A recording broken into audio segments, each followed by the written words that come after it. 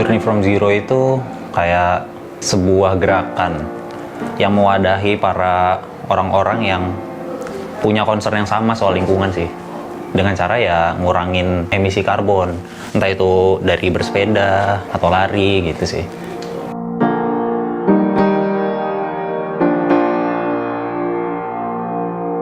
Buat gue artinya sebuah petualangan untuk mengenal alam Indonesia, tapi bukan hanya mengenal alamnya saja, tapi pejuang-pejuang yang berusaha membela alam itu.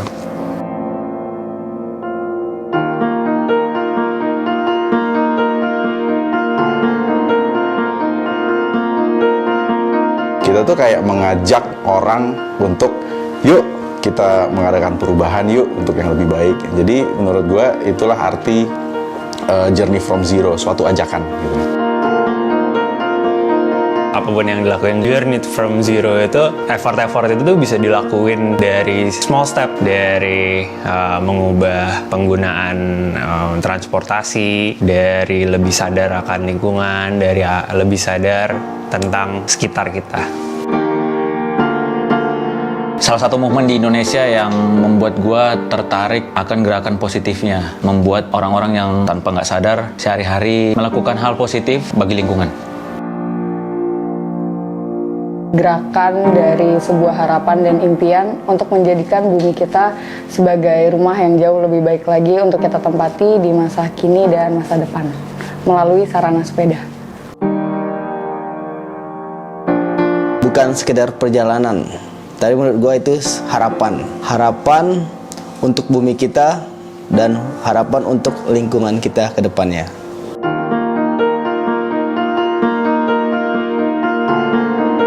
Mungkin selalu relate sama zero emission kali ya, kalau di gue ya. Jadi nggak ada polusi lah.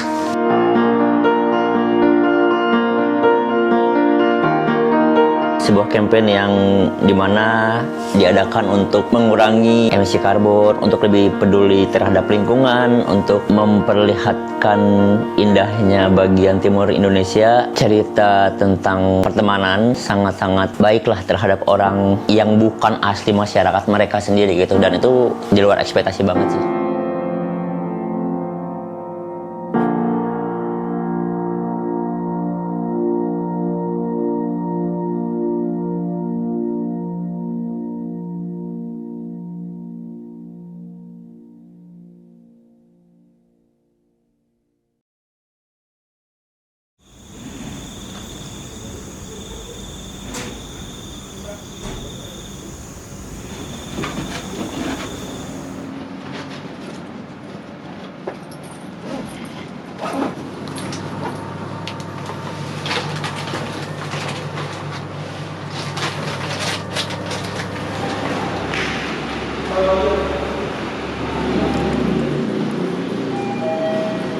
Sepeda tuh adalah bentuk rasa syukur gue sih kepada alam dan lingkungan sih.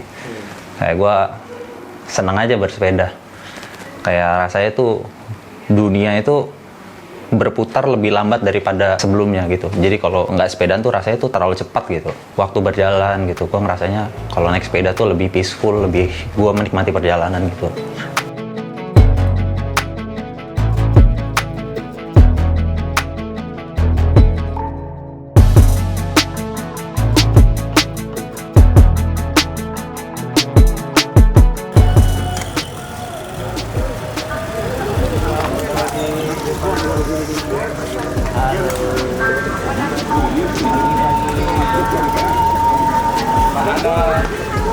Perjalanan ini tuh banyak banget pertama kalinya gue lah. Jadi ini baru pertama kali gue naik pesawat, pertama kali gue pakai baju sepedaan yang ya bib, baju-baju ketat, jersey itu baru pertama kali kemarin pakai. Jadi bersepedaan di pulau orang juga baru pertama kali.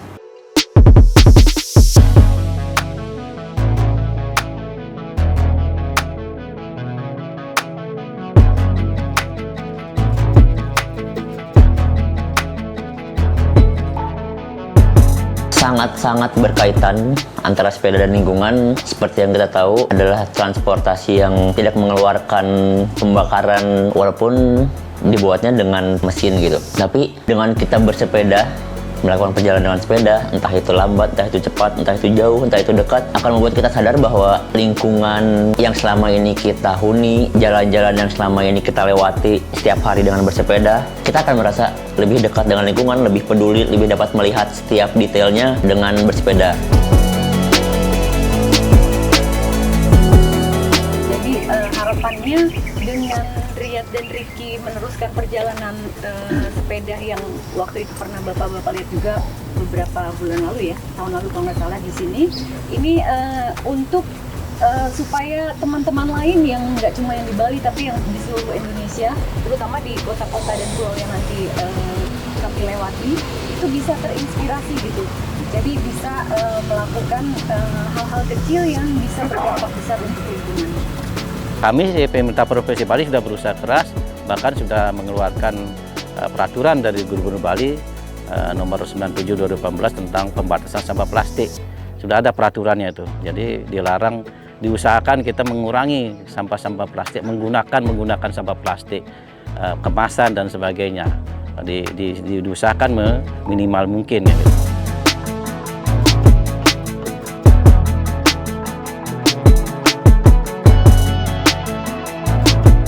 Journey from zero.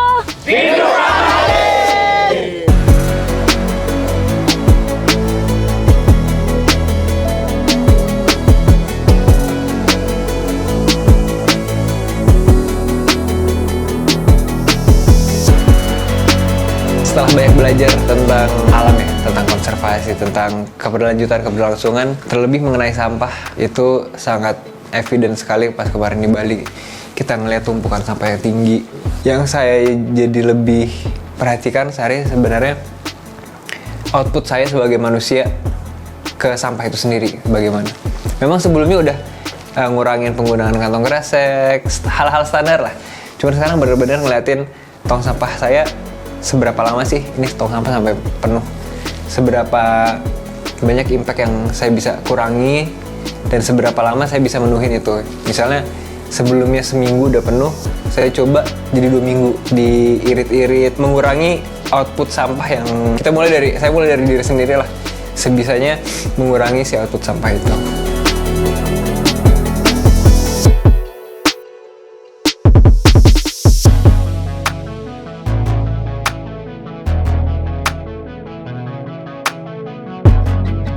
Sebisa mungkin, kalau bisa di rumah kita sediakan 3 tong sampah untuk memilah sampah itu sendiri. Mana yang bisa didaur ulang, mana yang bisa dipecah belah gitu misalnya. Jadi kita sediakan 3 tong sampah di rumah masing-masing, mulai kita memilah sendiri di rumah. Jadi kami di sini sebagai pengelola merasa sangat terbantu sekali dengan kegiatan yang dilakukan di rumah masing-masing nantinya. Jadi buat seluruh masyarakat yang ada di Bali khususnya, mulailah milah sampah dari rumah masing-masing. Sehingga kita bisa menjaga lingkungan kita tetap bersih, jadi tidak menumpuk sampah terus setiap harinya.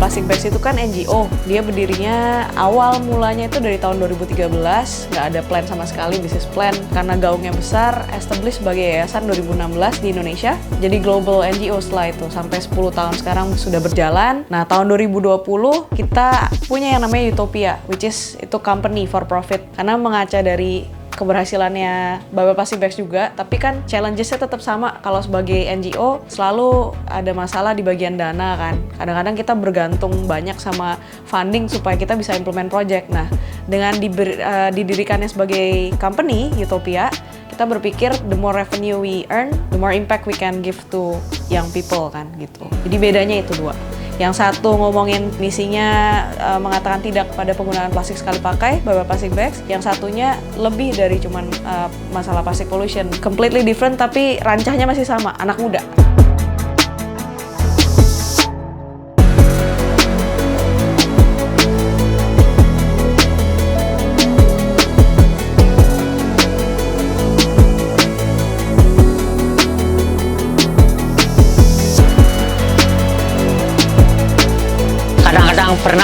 Pernah dibilang Sungai Wot itu cuma pencitraan karena dia belum paham. Kita di Sungai Wot sampah yang diambil seperti contoh sekarang ini dibawa ke gudang, sampai di gudang besoknya disortir menjadi 18 kategori. Nah, kategori udah gitu itu fase pertama, udah gitu fase kedua dipilah lagi seperti tas kresek ada sekian warna, kita pilih lagi per warna. Udah gitu di baling, di press per masing-masing warna seperti itu. Udah gitu dibawa ke tempat pencucian ada di gudang lain.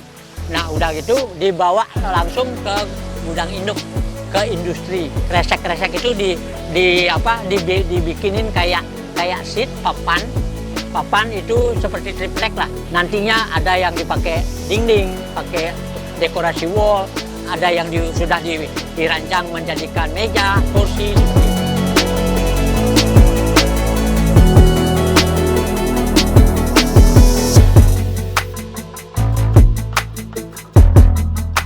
Gue seneng banget ngelihat orang Hindu beribadah gitu. Seneng aja sih, kayak rasanya kayak wah ini ya beda-beda gitu, beda-beda agama gitu. Cuman kita tetap menghormatin kan, tetap nungguin mereka ibadah. Kayak wah ternyata seseru ini punya teman yang biasanya kan kalau di sekitaran sini kan cuman Muslim sama Kristen gitu doang kan agama-agamanya. Terus pas ini ngelihat wah ada juga gitu. Berarti gue banyak teman yang Hindu. Terus pas diajak masuk main ke pura, dikasih tahu harus seperti ini gitu. Jadi nggak cuman gue doang, gue belajar juga sih, banyak belajar. Ketika ketemu orang-orang yang baru, senang aja rasanya. Waktu itu sempat ada kejadian di Bali itu, kalau lu lihat si sepeda Gi yang satunya itu ada peang sedikit, peleknya itu gara-gara gua. Ketika gue lagi sepeda, kayaknya nih posisi gua goes tuh turun gitu. Si sadel ini kok turun ke bawah. Gua ngerasa kok gue ini ya. Akhirnya gua nengok ke bawah kan, ngeliat si sadelnya. Pas gua ngeliat ke si sadelnya, ternyata ada lubang gede di depan. Nah terus sepeda ini langsung ngehantem. Untungnya gua nggak sampai jatuh karena ya gue bilang tadi sepeda ini bagus ngeredam getaran. Jadinya bidon gua doang yang jatuh, guanya nggak sampai jatuh. Terus ban bocor waktu itu.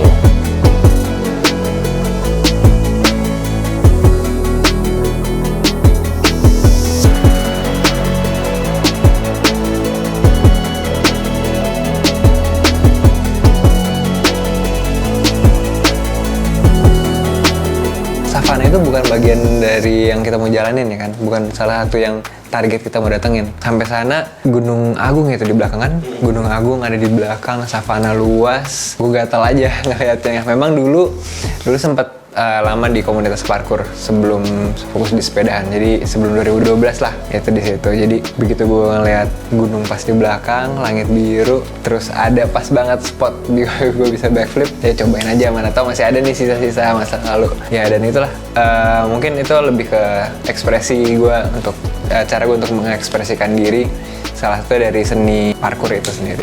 Untuk campaign Journey from Zero, saya harapkan terus tetap berlanjut. Karena yang kalian lakukan sudah sangat-sangat baik untuk membawa awareness kepada sebuah isu yang harusnya lebih banyak orang lebih aware lah tentang kualitas udara kita yang juga menyambung kepada bumi kita sendiri.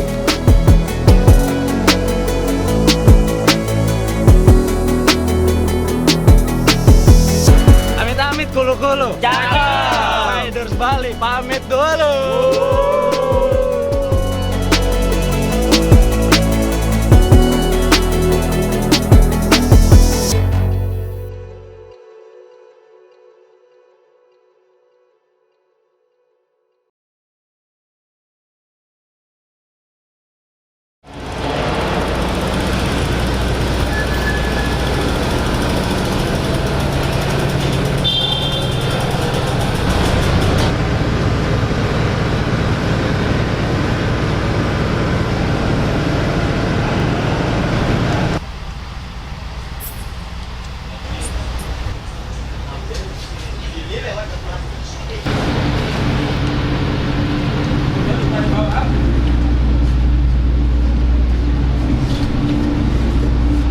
Kata sepeda yang keluar di kepala gue adalah alat transportasi. Setiap orang berbeda-beda ya, karena ada yang bersepeda untuk berolahraga, bersepeda untuk ya sekedar nyari bubur ayam gitu kan, atau nyari sarapan atau gimana. Tapi kalau buat gua sih bisa semuanya ya. Tapi yang muncul di kepala gua itu adalah alat transportasi buat gua. Karena gua kan ngajar ya, gua coaching dan gua juga coaching private ke tempat-tempat orang, tempat-tempat klien. Jadi gua tuh menggunakan sepeda sebisa mungkin. Gua menggunakan sepeda mau itu panas, mau itu hujan, mau udah gelap kayak begini pun juga untuk sebagai sarana transportasi. Karena menurut gua bersepeda itu adalah hal yang sangat menguntungkan dan convenient gitu.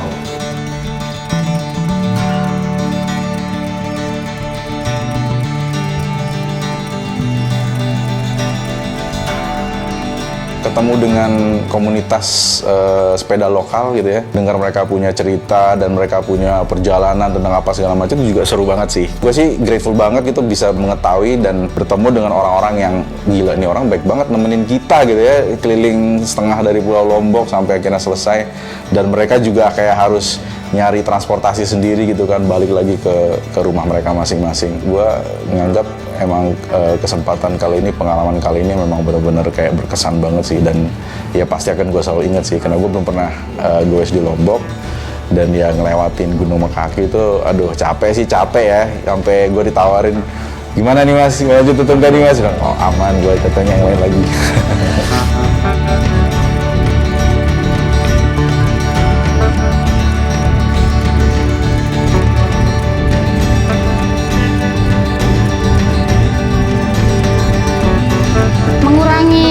Mengurangi gas karbon itu kan bersepeda itu benar-benar yang mengurangi polusi udara. Jadi dari situ saya lihat ada sampah, gimana ya caranya supaya pas kita istirahat itu memang benar bersih gitu loh. Saya masih ingat sekali, kayaknya awal-awal bulan itu kita mulai bicara tentang sampah. Terus aku searching nih, ternyata ada bank sampah di Jogja waktu itu. Terus sama teman kita bertiga, kita bilang yuk kita lihat yuk ini kayaknya bagus. Dulu belum begitu famous ya bank sampah di Lombok tahun 2011 itu jarang sekali. Saya coba buka tuh ada bank sampah, ada inutnya gitu kan, bank sampah. Ada bank sampah Jogja. Nah itu kita putuskan bertiga itu pergi ke Jogja untuk belajar tentang pengolahan sampah. Sampai di sana, di bank sampah itu juga banyak tumpukan sampah gitu kan. Saya nggak mau lah gitu kan, masa kayak gini gitu. Jadi kita membangun bank sampah setelah balik ke Lombok itu dengan style kita. Saya nggak mau numpuk sampah gitu loh, tapi saya peduli. Akhirnya saya ngeliat ada satu sisi yang bisa kita masukin selain daripada numpukin tadi sampah, dan ada korelasinya dengan bersepeda, yaitu sosialisasi peduli lingkungan. Itu yang kita mulai coba bagaimana menyadarkan awal-awal kampanye-kampanye gitu kan, tentang mungkin seperti teman-teman sekarang yang mulai kampanye tentang kebersihan melalui kegiatan bersepeda, dan itu saya lakukan juga dulu. Akhirnya dari kampanye atau menyadarkan masyarakat itu harus ada jalan keluar yang tuntas. Untuk apa ya? Jadi apa ya? Nah itu sebenarnya juga follow the flow ya. Kalau kita sudah memulai satu langkah, maka kita akan terus melangkah.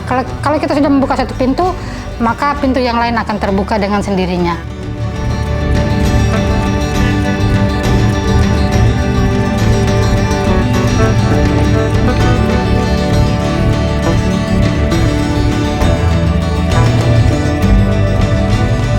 Itu cukup perjuangan dan lumayan di luar ekspektasi gue, rutenya, nanjaknya, panasnya juga, panas campur nanjak, dan terus gue adjusting juga sama sepedanya. Beberapa kali juga gue merasa kayak aduh kayak enak deh gue, apalagi pairingnya sama Karesman yang aman aja, terus kayak sama iya pasti dia juga pasti ada capeknya, cuman nggak secapek gue lah kali gitu. Tapi ya udahlah, dinikmati aja. Itu pastinya itu part of the experience. Cara gue menjustify gue capek itu ya emang journey from zero, bukan tanpa effort, bukan cuman hahaha doang. Emang ya untuk lo buat perubahan ya pasti ada effortnya, pasti ada capeknya juga lah.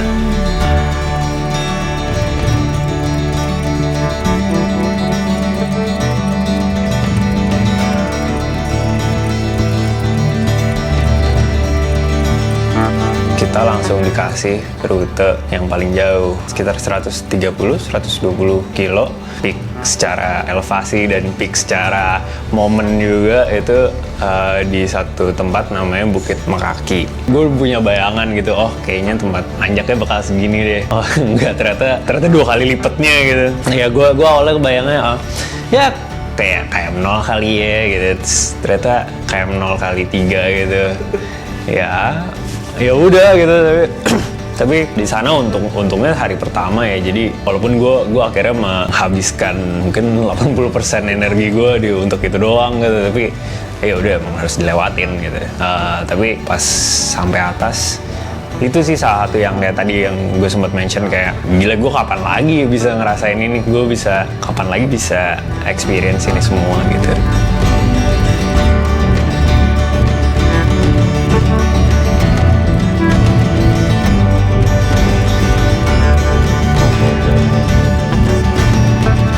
Gue excited banget gitu. Ketika gue sampai di sana pun juga, gue juga kayak wah oke, ternyata gue nggak ingat sama sekali nih tentang Lombok gitu kan.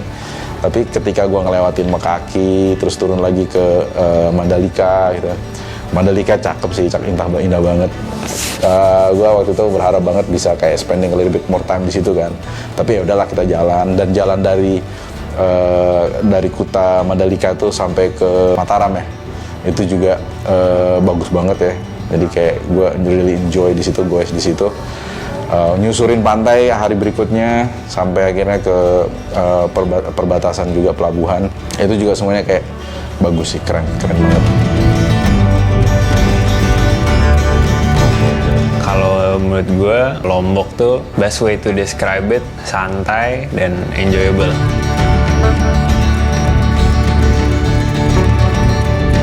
Gue berharap campaign ini bisa terus berjalan, dan akhirnya juga pasti bisa lebih baik ya, bisa belajar dari yang sebelum-sebelumnya, dan juga lebih diseriuskan lagi untuk kita bisa mempropos suatu campaign mungkin ke pemerintah, yang akhirnya mereka juga bisa bergerak untuk mensupport apa yang JFZ udah percaya gitu loh, dan apa yang mereka lakukan. Dan buat yang kawan-kawan sih ya, kalau kalian masih tetap bersepeda ya bagus, kalian juga, ya maksudnya nggak cuma bersepeda ya, bisa dengan jalan kaki, kalau dari MRT ke kantor, ataupun juga menggunakan transportasi umum. Jadi bisa mengurangi lah jumlah mobil atau motor yang ada di jalan. Untuk instansi pemerintahan ya udah bagus sih, memang ada jalur sepeda dan lain-lain, cuman ada banyak hal yang jelas-jelas harus diimprove lebih baik lagi sih, untuk supaya bisa campaign ini, ataupun juga orang-orang yang mungkin pengen mencoba untuk bersepeda sebagai transportasi atau menggunakan alat transportasi, ataupun juga kalau kita di luar situ juga mungkin untuk kayak pengolahan sampah lah dan lain-lain, itu juga mungkin bisa lebih di-improve lagi sih.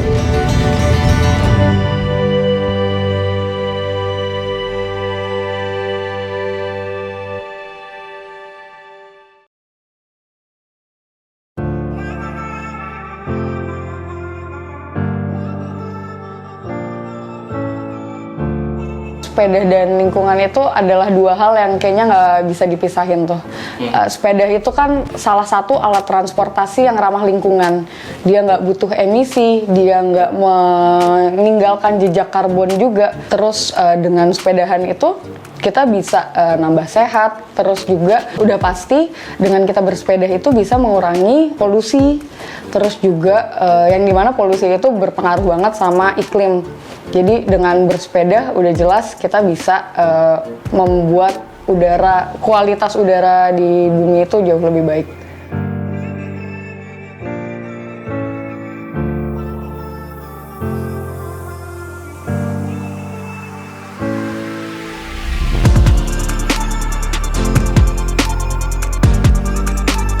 Jujur dari saat pulang sampai di Jakarta lagi, setiap ketemu orang terus ditanya apa rasanya kemarin ke Sumbawa, aku selalu nggak bisa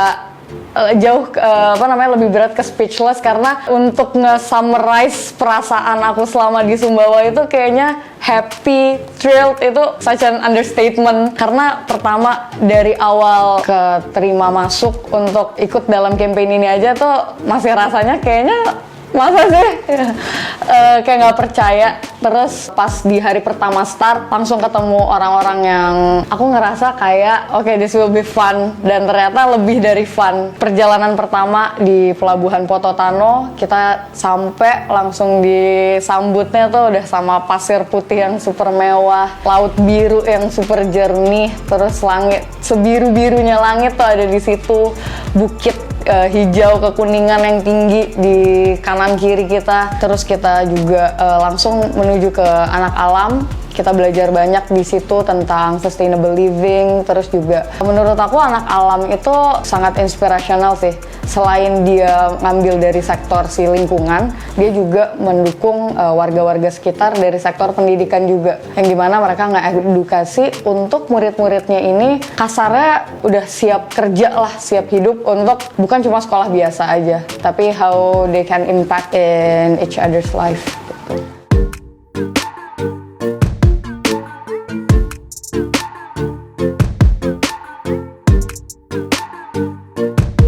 Semua berkesan buat gua, tapi kalau bisa dipilih sangat berkesan memang hari keempat yang Doro Canga. Karena Doro Canga kenapa sangat berkesan? Dari kita memang direncanakan rutenya tidak sesuai yang kita pilih, tapi dengan keniatan saya dan Amanda pengen melihat sesuatu tempat yang nggak mungkin kita lewatkan gitu. Kita harus ke sana dan memakan jarak 137 lah segitu, karena kita mengejar keindahan, terus yang mungkin kita ngerasa hari pertama dan hari ketiga belum kita dapat nih. Kita mendapatkan informasi dari warga sekitar dan kita harus ke sana sih. Pulang dari Doro Canga itu tengah malam dan melewati rute yang sama persis 2 kali dan beberapa wilayah yang sampai sekarang terasa aneh dan experience baru juga buat gua. Ada satu wilayah yang masuk ke Manggalewa, ke titik akhir kita mau istirahat. Itu ada perubahan suhu yang aku rasain sama Manda, yang mungkin yang open the door gitu, yang dari tadinya panas terus langsung dingin, terus kayak kulkas gitu. Langsung bilang ke Manda, mungkin kita butuh vest ya. Tadinya kita nggak pakai vest, kayak merasa panas aja karena udah jam 7 gitu kan. Masuk ke wilayah itu kayak sangat dingin gitu sih. Terus berusahanya Manda di situ saya lihat dengan semangatnya dia mengayuh sepeda, dan saya pun harus mengawal Manda, menyemangati diri sendiri dan Manda. Terus ada beberapa jalan yang cukup terjal juga, yang kita tahu tanjakannya lumayan tinggi sih.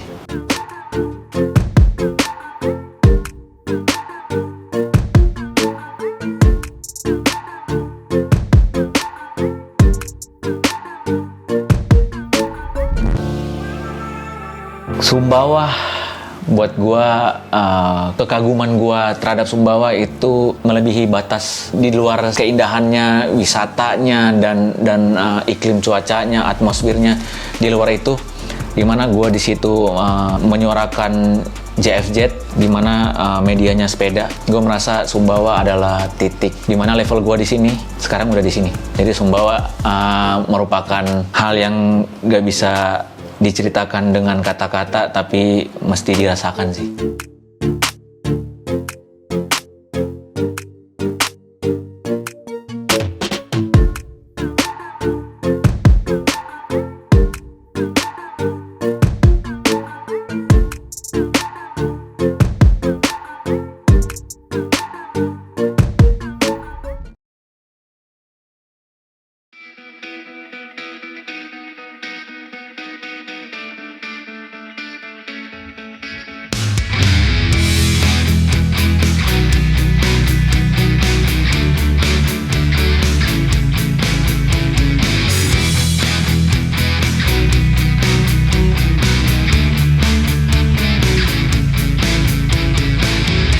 Sebagai seorang pecinta alam, saya punya cara tersendiri untuk menikmati alam dan lingkungan, yaitu dengan bersepeda. Memilih bersepeda daripada kendaraan bermotor secara tidak langsung mengurangi polusi di bumi kita ini.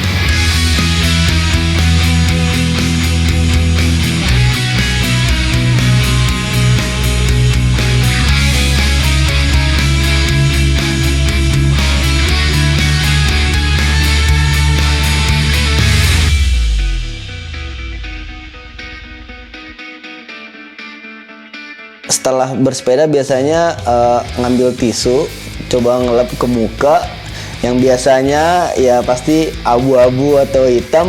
Pas di Sumba, lah kok biasa aja. Begitu bedanya polisi di Jakarta sama di Sumba. Jadi wah, kalau misalkan di Jakarta bisa seperti ini, wah pasti teman-teman Jakarta pasti pada senang semua.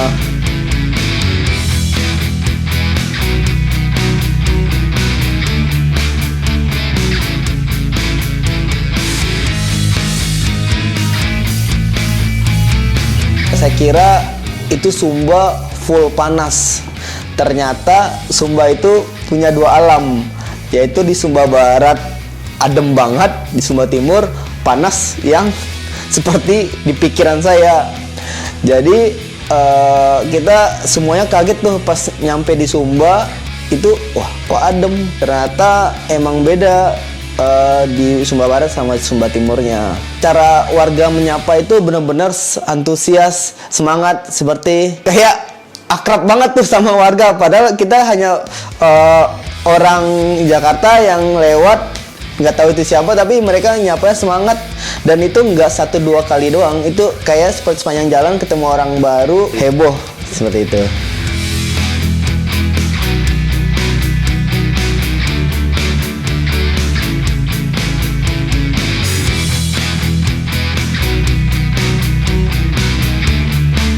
Jadi emang, bahkan gue sampai ngerasa gini, apa selama ini gue yang nggak kenal udara bersih itu seperti apa ya? Sampai saat gue menghirup udara yang bersih itu gue kayak, kok begini sih? Ini apa sih? Gitu. Berarti kan selama ini gue nggak kenal nih. Selama ini yang gue hirup tuh udara yang kotor gitu. Gue nggak pernah ngerasain yang kayak gitu sebelumnya. Itu yang benar-benar kayak, wah nih nggak kebeli nih yang begini nih. Terharu juga dengan cara hidup mereka itu yang tadi gue bilang.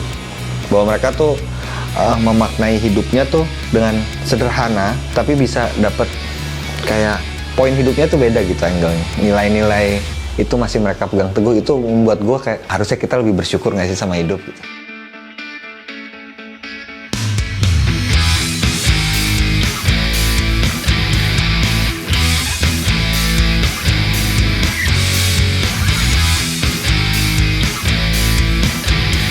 Sumba Barat yang begitu hijau, dingin, sejuk, jalan ke timur, tiba-tiba berubah tuh, mulai vegetasinya berubah yang kering-kering, coklat, panas, nggak humid lagi. Jadi kayak satu pulau dengan 2 iklim gitu gue ngerasanya. Menarik banget sih. Mas gue, kalau buat sepeda nih, lu suka climb, dapat. Lu suka flat, ada. Lu suka pemandangan, banyak. Lu suka gunung, ya iyalah. Lu suka laut, bersih bener. Jalannya bagus-bagus semua, potholes nggak ada. Jalan rusak nggak ada. Pulau itu bisa jadi destinasi orang sepedaan gitu.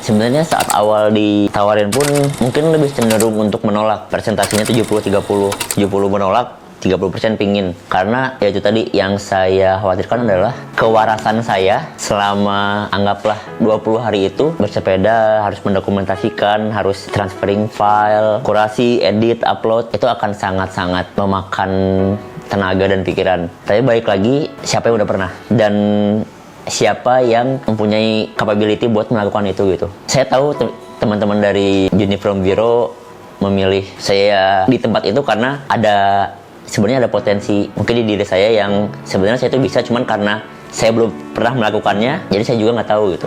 Nah, dan hal itu jadi tantangan tersendiri sih yang harus dijawab di perjalanan 20 hari kemarin.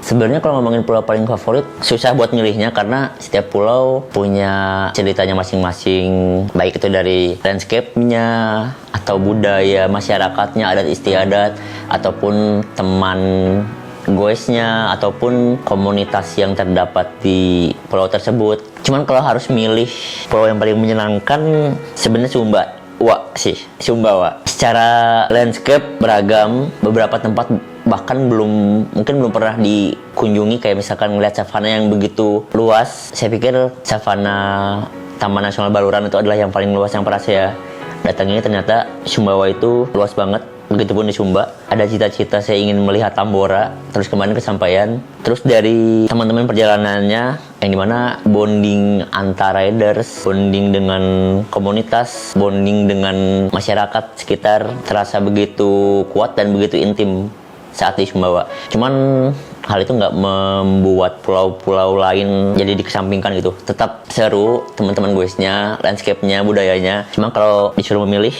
mungkin saya akan milih Sumbawa.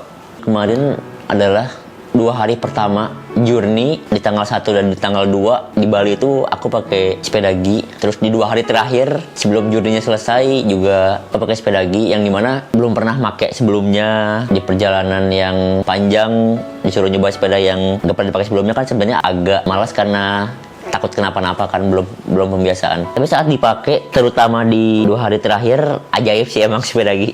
Saya kira sepeda dengan roda kecil, dengan bahan bambu yang cenderung lebih berat, tapi dipakai nanjak kayak effortless banget.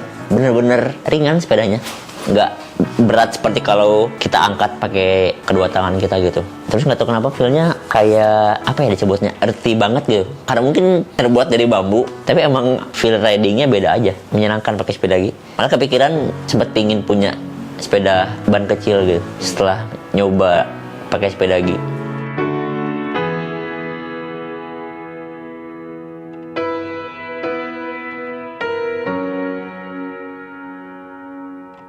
Ketika mereka pikir saya bermain, di sini saya belajar.